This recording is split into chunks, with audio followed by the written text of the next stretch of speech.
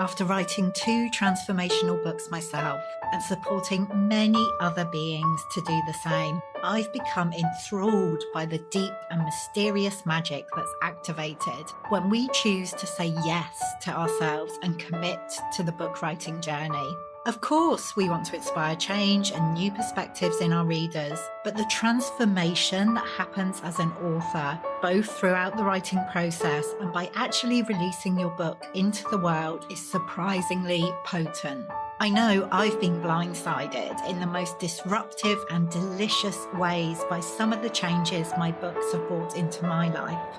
Writing a book is like casting a spell. Although we can never be completely sure what's going to be unleashed during the process, we choose to do it anyway. This Unbound one is a heroic journey. Each book has the potential to be a magical portal, a doorway to a new world, both for you and your reader. Each book has a very specific medicine that it's here to share with us. And each book gives us the opportunity to alchemize the magnificent imperfection of our experience into gold. The truth is that anyone can write a book. We could all get a few thousand words down and put them together. But what fascinates me is what happens when we allow the book writing process to go deeper. When we say, fuck it, get naked and dive way down beneath the surface. Letting go of the shoulds and any need to be acceptable, sensible, or approved of. What fascinates me is what happens when we make ourselves fully available to being transformed by the very act of writing a book. This is Unbound Writing, and this is the process we'll be exploring together here in the Unbound Writers Club. I'm Nicola, author and founder of the Unbound Press, and I help magical beings to write the transformational book they're really here to write at this time. I'm your guide here in the Unbound Writers Club, and the aim of this podcast is to help you to feel supported, encouraged, activated as you embark on your book writing journey. Whether you're a first-time author or have many books out in the world, my hope is that you will find something here to inspire you. Let's dive in.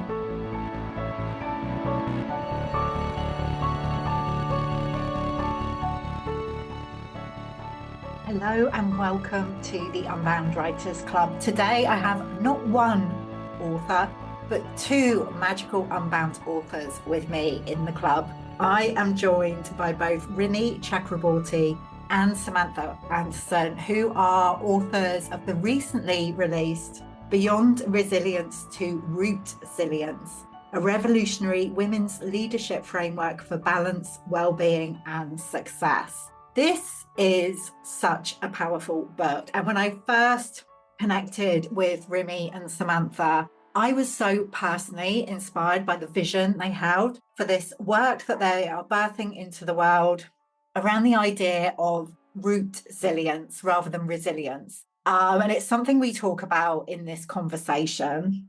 The book has just been released. It's making its way into the world now. And I am really excited for it to make its way into the hands of not just women leaders, but, we're all leaders in our own life.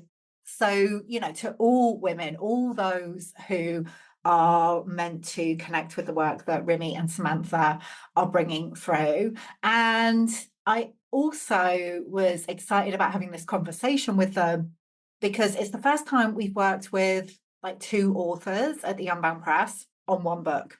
We've worked with collaborative books where we have a number of contributors to a book, but this is something quite different where 2 writers have come together to work on, to create, co-create this one really coherent and potent message in the form of one book. So I'm really curious about how that was for them.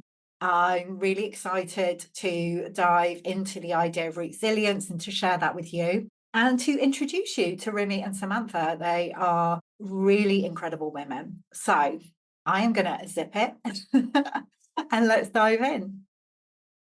So Rimi, Samantha, welcome to the Unbound Writers Club. So great to be here. I was just saying before we hit record, I feel like I've been waiting for this conversation for you to be on the podcast, for the book to be out in the world. It's so, so exciting. Really looking forward to seeing what comes through in our conversation. But I do always begin with the same question. So I'm going to ask both of you, what does it mean to you to be an unbound writer? All right. Well, I'll start if that's all right. There was something that you recently shared about your writing, Nicola, and how oftentimes you will prepare a newsletter and there'll be a muddle of typos and, kind of, a misshapen paragraph here and there. And that really resonated for me because I think Rimi and I both have that perfectionist tendency, to drive and to motivate us. And I think that one of the big lessons that I learned in being in the Unbound community is that it's okay to have a typo here and there. It's Mm. okay to be less than what my expectations might be. And I think that the process of writing the book was a huge lesson in that experience. And in fact, we're done uploading new files. Are we? I don't know. Never say never. Never say never. Right. But, just to kind of let it go, just let it go and just breathe into that lowercase I that intended to be lowercase. It didn't need to be a capital I. That's Mhm. right. I love that. I love Yeah, I love that. Well, for me, I would say that being an unbound writer means recognizing that the book is going to be written when the book wants to be written. And that is something that I really learned. I've heard you say it, Nicola, and I've heard others say it here and there.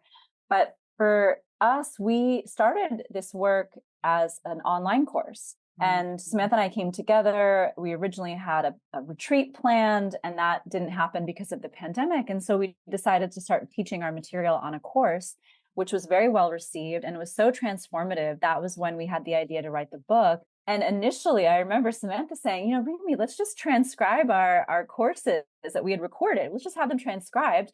Then we have, 7 chapters of the book, because it was one per chakra, one course per chakra. We'll write the introduction, we'll write the conclusion, and boom, we have our book. Voila. And I think the first time we put a timeline to it, speaking about Samantha and my shared tendency toward perfectionism, we had laid out a timeline of 8 weeks to write the book. And that was in January of 2022. And what year is it now? It's 2024. And so, I mean, boy, did we learn a lot. We did have those workshops transcribed, and we did gain a lot of insight from that. And there was so much more. And it is exactly as it was meant to be now, and it's perfect. And we couldn't be more pleased. Yeah. Yeah, we even delayed the publication date back. We were thinking October 2023 would be our pub date, but she wasn't ready to be birthed. She needed a little bit more time to incubate. They all have their own sense of timing. Mhm. And we can try and mess with it, but it won't happen. So yeah, and like I totally resonate personally with what you've both shared there. I'm a recovering perfectionist myself. And so the whole writing and publishing process can, definitely throw up challenges for me Yeah. as well. So release, the word release was actually is my 2024 word, the word that I've decided would be my intention for the year, and release, of course, the book, but also release the expectations, release that perfectionist tendency, and just allow what is meant to come forward to come forward. Beautiful, beautiful. And for me, that really ties in with, I want to talk about ROOTsilience and what it is, and why, the book is called Beyond Resilience to ROOTsilience. And I wonder if you could talk a little to this idea of ROOTsilience, because it's something that we spoke about, like whether to actually have that in the title of the book. I mean, I love it. But what does that mean, ROOTsilience? So The word "ROOTsilience" is obviously an invented word.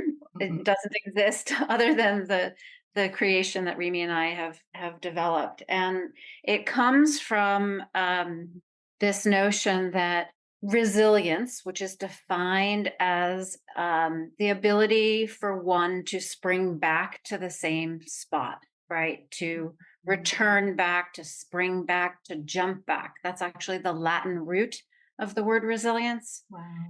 And just our origin story, Rimi and I, she mentioned that we were intending to do a retreat together, which had to get canceled. It was scheduled for April of 2020. And in the months leading up to April of 2020, of course, the pandemic, hit the world in February, March of that year. And Rimi and I decided to keep our work flowing together, and we would meet once a week on Zoom just to check in. I was living at the time in New York City.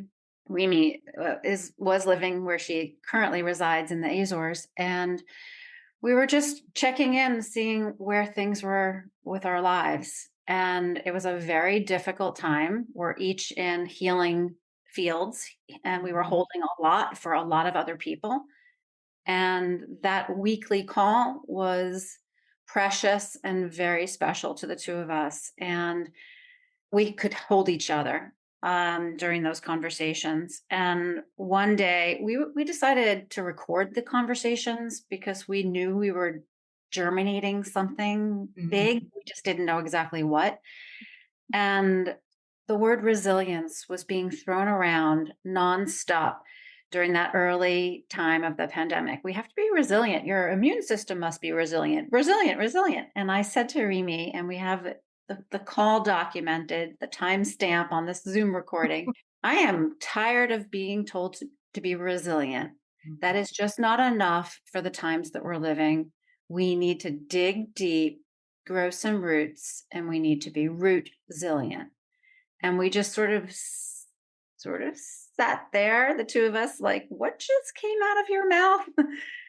That was really the genesis of our exploration of this body of work, which became the course that Rimi talked about, the online course, which we rolled out later that year. And then a couple of months later, after we knew we had something, we decided to codify it into this book.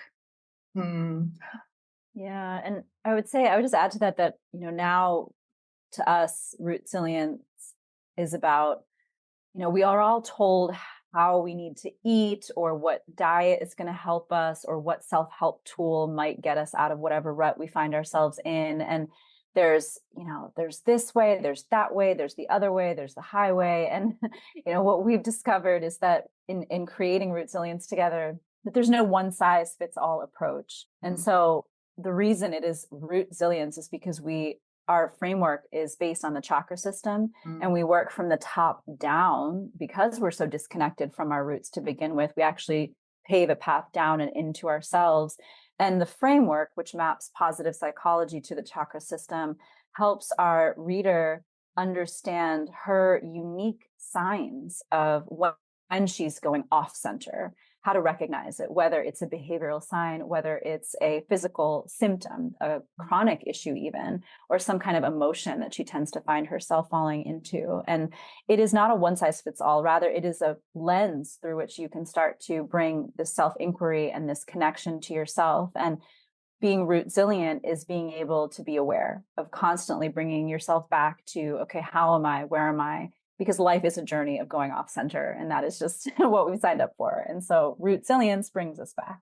Completely. Every time one of you says the word, I just find myself, like, my eyes close, and I just find myself like taking a deeper breath and just feeling that sense, that quality of just like sinking into my roots. It's just, I feel like that word has got a really powerful like energy frequency. Yeah. So I remember talking to a really dear friend when we were thinking about this framework and thinking about the word, and he said to me something that has really stuck, which is, you can't change consciousness by using the same language. you have to invent new vocabulary if you want to shift understanding, if you want to shift behavior, if you want to shift literally consciousness. And so this word is intended to stop people and say, wait, what does that mean? What should I, how should I embody this word? Yeah. Absolutely, absolutely. And I was just having a look through the book again before our conversation, and it really does, hold that quality of embodiment as, or the invitation to embodiment as well. Like I was looking through, I was like, okay, well, where am I at the moment? Because I know when I was first looking at your manuscript, last year was a big kind of solar plexus year for me. There was a lot coming up there. And it's like, well, where am I now? And it's just so interesting and powerful to have this amazing resource. It's because it changes, doesn't it, from day to day, week to week, month to month, certainly year to year. And I just know that this is a book that I'm gonna have and be referring to over and over again. You've created something so powerful. Thank you. Yeah, that was always our intention, that it becomes a treasured book that we keep on our by our bedside, and that we gift to the women we love, daughters and sisters and mothers and close friends. And we've heard that since it's come out, women are using it in women's circles and gathering, using the practices and coming together with the prompts, with the tools that are in the book. And we've been incredibly just blown away by the beauty of it all and by the expansiveness of it all. Yeah. It was really important to us that the book be beautiful too, that it has, this, lots of color, and it's accessible. There's, tons of exercises, and, that you can, mark up your copy and really work with it, kind of, like a guide.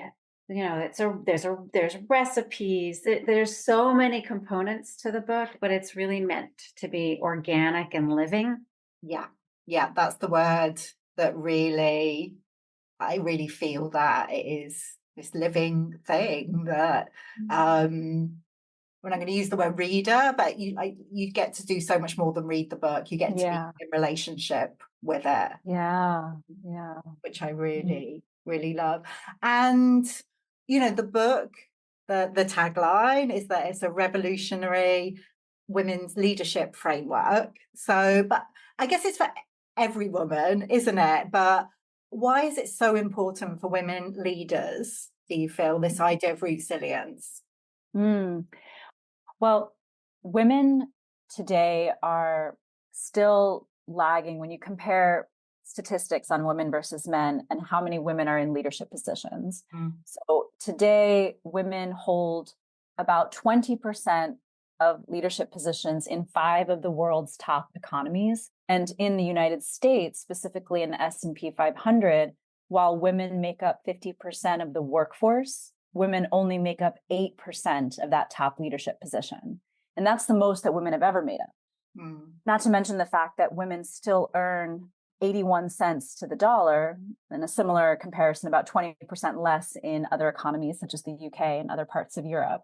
And interestingly, women-owned businesses or businesses that have women majority on boards or women in leadership positions in the majority of their company find that they are more profitable, that they have higher quality customer service. And for example, banks that have women in leadership positions face fewer instances of fraud, which I hate to use that as an example, but apparently that's a good thing when your bank has fewer instances of fraud.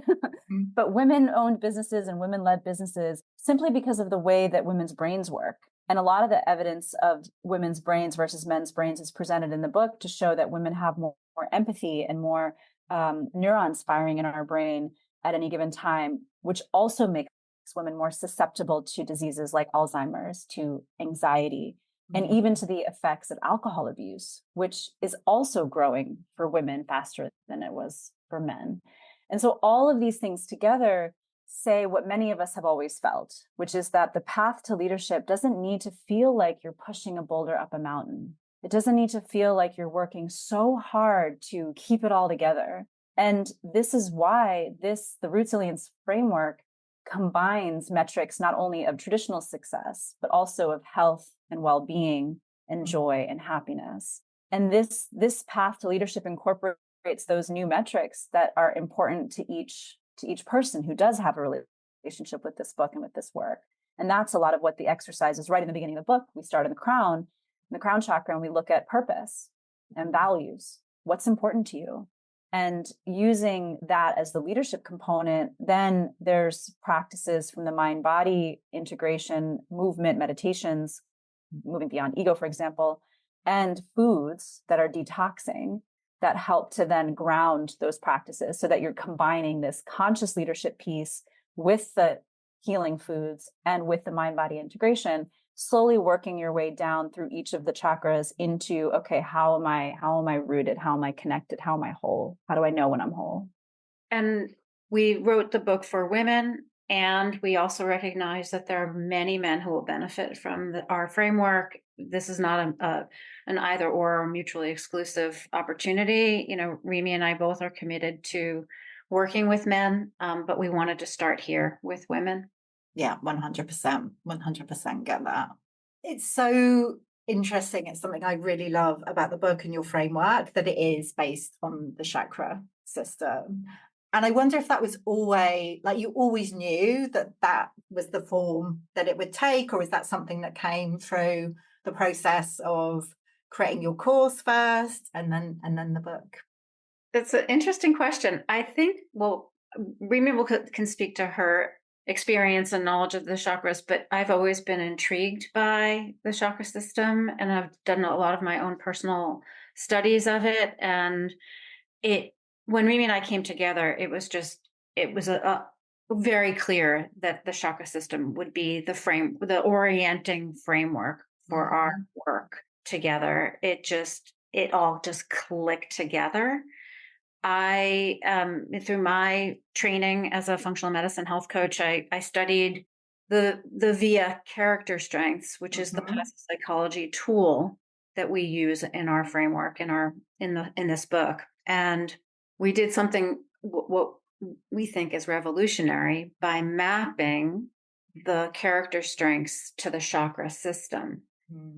And that has not been done thus far. And we're very interested to, track our participants' results to really start to do some evidence-based research on the interrelationship between behavioral strengths, behavioral characteristics, and our physical and emotional signs of balance, imbalance, etc. So yeah, and then I'll add to that so my name is Rimi Chakraborty, and so your listeners may recognize chakra in there. And most of my life, I was born in Alabama, and then I grew up in Philadelphia, and then moved up along the East Coast of the United States. And for a long time, my name was just so long and complicated. And I even told people my name was Lisa. Just call me Lisa. It's easier.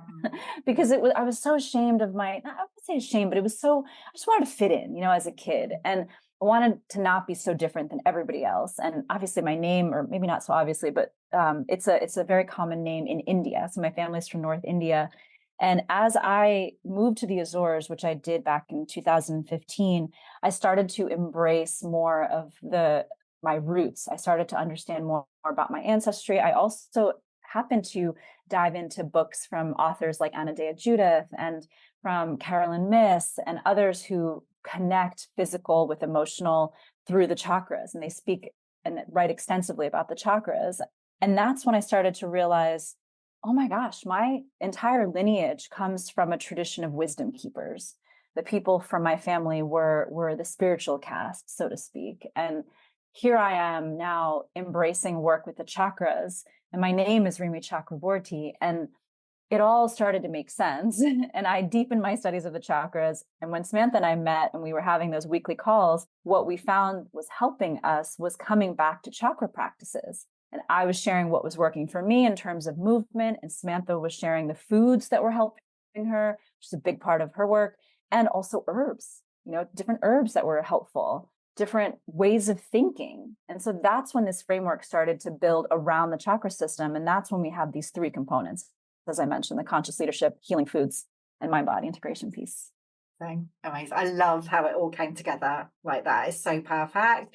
And I'm really fascinated in the collaborative process that you have and you've had together through, obviously with the course, but also writing the book, because I know obviously what it's like to write the book as one person, to write a book, and the transformational process that it can be and the kind of things that come up. I can only imagine that is amplified when there are two of you, creating together. I mean, what was that process like? How did you navigate that? The word beautiful comes to mind. It was a really beautiful collaboration. And, Rimi and I naively thought we could, execute our vision in, the short span of 2 months. That, of course, didn't happen. But what did happen was a layering. We had sections of each chapter that we were each responsible for. And then we would layer on top of that. So, Rimi would write a whole body of work for one of the chapters, and I would go in and layer on top of it. I would do the same, and then she would go in and layer on top of it. And we just worked like that. It was just a very beautiful, I would say, beautiful experience overall. And I also say that we spent a lot of time in the sacral chapter. We got stuck there, actually, which is all about creativity and collaboration and partnerships. And we realized that we had to move through that one chapter so that we could finish the book. So we were just enjoying our time, flowing and being creative and in partnership there, but we needed to move on. Yeah.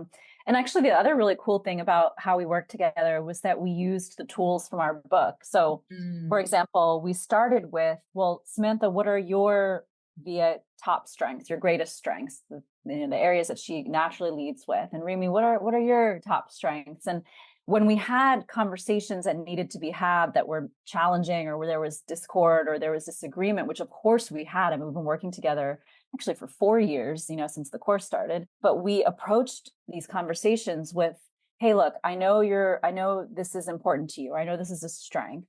And we were able to have conversations where no one ever lashed out at the other in a fit of fury and rage. There was always this embodiment of how we wanted to teach other women that motivated us to be that ourselves. And we even started getting deeper down into our values. So we use the strengths, of course, as the part of the tool that in our framework, and values we look at in the crown chakra. And since we had done the exercises together, we knew, okay, Samantha values this, Rimi values this. And when we had points of friction, we used it as an opportunity to go back to, okay, well, what is important to us? How is that honored?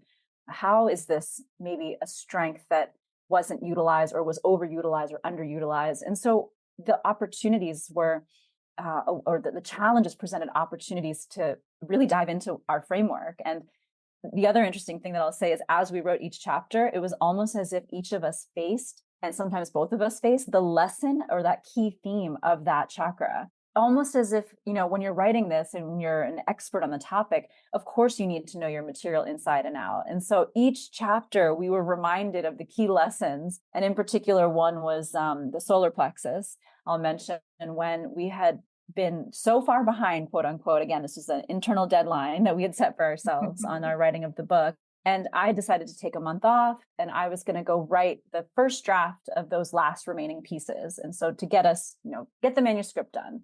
And I had taken myself to an island, even more remote than where I am now, to an even more remote island, and decided to spend a month in silence. And what happened was that when I got there, I realized how exhausted I was. And I was unable to write a single page of the book that entire time. And I just had to sit with the fact that I was experiencing burnout, which is the theme of the solar plexus, and the imbalance between rest and action.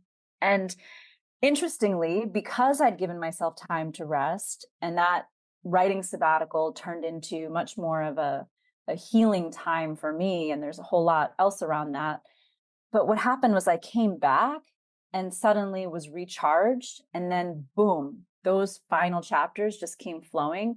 And that was actually when Samantha and I were able to reach that final milestone of finishing the manuscript.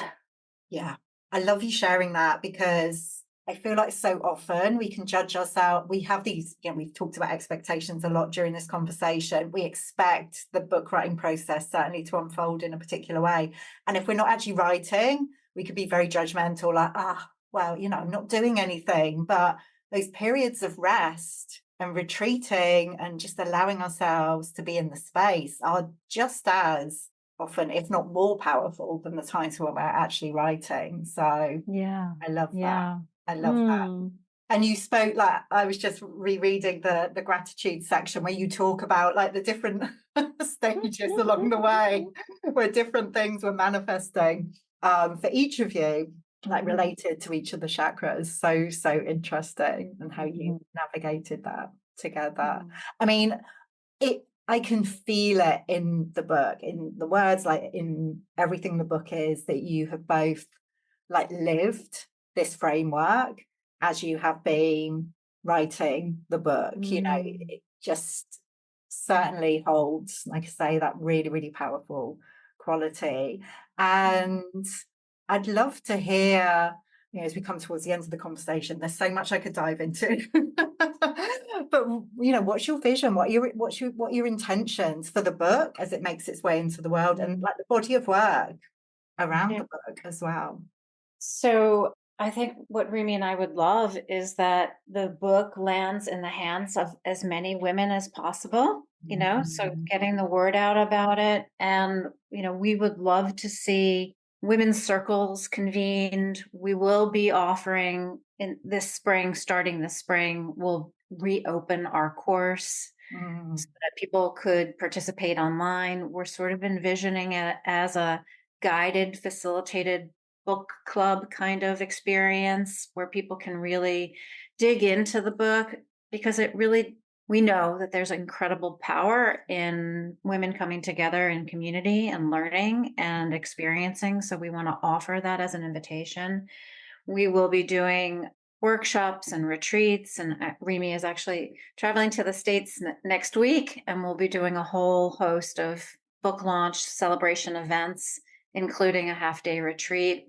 And we will do much more of that in the months and years to come. So exposure, getting it out into the world, and really embodying this work. Yeah. And I would add that, a vision for this work is that women pay attention to when we're going off balance, that this book ROOTsilience becomes part of women's vernacular, so that they recognize, oh, there's that chronic headache. Oh, I must be overstimulating. Maybe it's time to get away from the screens, maybe, for example, or, oh gosh, here I am falling into a deep state of loneliness and feeling like nobody's helping me and I'm all alone and I've got to do it myself. That's my sign that I've stretched myself too far. And so for example, there are many examples that you'll see in the book. I hope that this work, and that Samantha and my vision is that women recognize those signs and that they shift, so that being a leader, being successful doesn't have to come at the expense of our health or our happiness, and that we can start to live in a world that we treat the way that we treat ourselves. And if we are paying attention to when we're out of balance, physically, emotionally, and behaviorally, then it's going to be a lot easier to be in harmony with our planet, with our land, with our community, with all the other species. And it starts with us. And so our vision is that this is a exponentially reverberating expansion of these root-silient principles. Yes, just yes. I'm like cheering you on. Oh, and as both of you were speaking then, I had the book on my bookshelf with like the other Unbound Press books, but I really feel it's not a book to be on the bookshelf. It is a book like to be on my desk, by my bed, like with me, so that I am remembering, this amazing resource that I have here. So grateful to you both for bringing this book together. What is the best way for people to connect and stay in touch with you? Our website is ROOTsilience.com. Mhm. And you can find the leadership map there, which we encourage people to take. That's part of the framework, and the book will make a lot more sense if you do that. And updates about events and workshops and so forth will also be coming out on our website, and you can sign up for our newsletter and all of the rest. Yeah, and we're also on Facebook and Instagram and LinkedIn. We'll make sure all the links, all the details are in the show notes, obviously. And when you're launching the course, when that comes out, Yeah. we'll be sharing around that. I'd love to share around that as well with our audience, because it's like a really important that evolution of the work. So yeah. Well, we're so grateful that you helped make this happen and help bring this to life. Thank you for being our book doula, and we so appreciate everything. And we're just so excited for ROOTsilience to be out in the world and for this powerful work to start shaping this new paradigm. Me too. Thank you both so much. What do you do when you want to write a book, but the usual approaches are leaving you feeling restricted, pressurized, not at all enough, and pretty dry, to be honest? You find another way, of course. And if you are listening to this, my free unconventional book writing guide is going to be perfect for you. It's designed especially for soul-led coaches, healers, and mentors who want to write a transformational book without spending hours on end chained to a desk. In it, I'm giving you my unique spin on the top 10 questions I hear from would-be authors, and it's going to help you liberate the way you write forever. Download your free copy of the guide now over at nicolahumber.com/10, the number 10, 10 hyphen questions.